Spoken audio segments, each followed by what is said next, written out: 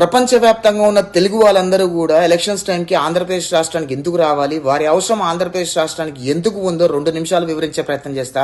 ఈ వీడియో ప్రతి ఒక్క తెలుగు వాడికి షేర్ చేసే ప్రయత్నం చేయండి.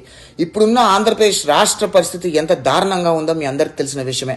2019 ఎలక్షన్స్లో జగన్మోహన్ రెడ్డి గారు ముఖ్యమంత్రి అయిన తర్వాత ఆంధ్రప్రదేశ్ రాష్ట్రాన్ని ఏ రకంగా సమూలంగా సర్వనాశనం చేశాడో కూడా మీకు తెలిసిన విషయమే. జగన్ రెడ్డి ముఖ్యమంత్రి అయిన తర్వాత ఆంధ్రప్రదేశ్ రాష్ట్రంలో వనరులు ఏ రకంగా కొల్లగొడుతున్నారు, రాష్ట్ర ఖజానాన్ని ఏ రకంగా దోచుకున్నారు, రాష్ట్రాన్ని ఏ రకంగా అప్పులుబులకు నెట్టేశారు, రాష్ట్రంలో ఉన్న పెట్టుబడిదారులు లేకుండా తన్ని తరిమేశారో మీ అందరికీ తెలిసిన విషయం. ఇది నగ్న సత్యాలే. కానీ రోజు ప్రపంచ స్థాయి పెట్టుబడిదారులు ఎవరు కూడా ఆంధ్రప్రదేశ్ రాష్ట్ర ప్రజలను నమ్మే పరిస్థితుల్లో లేరు అనే విషయం నగ్న సత్యం అనే విషయం దయచేసి గమనించండి.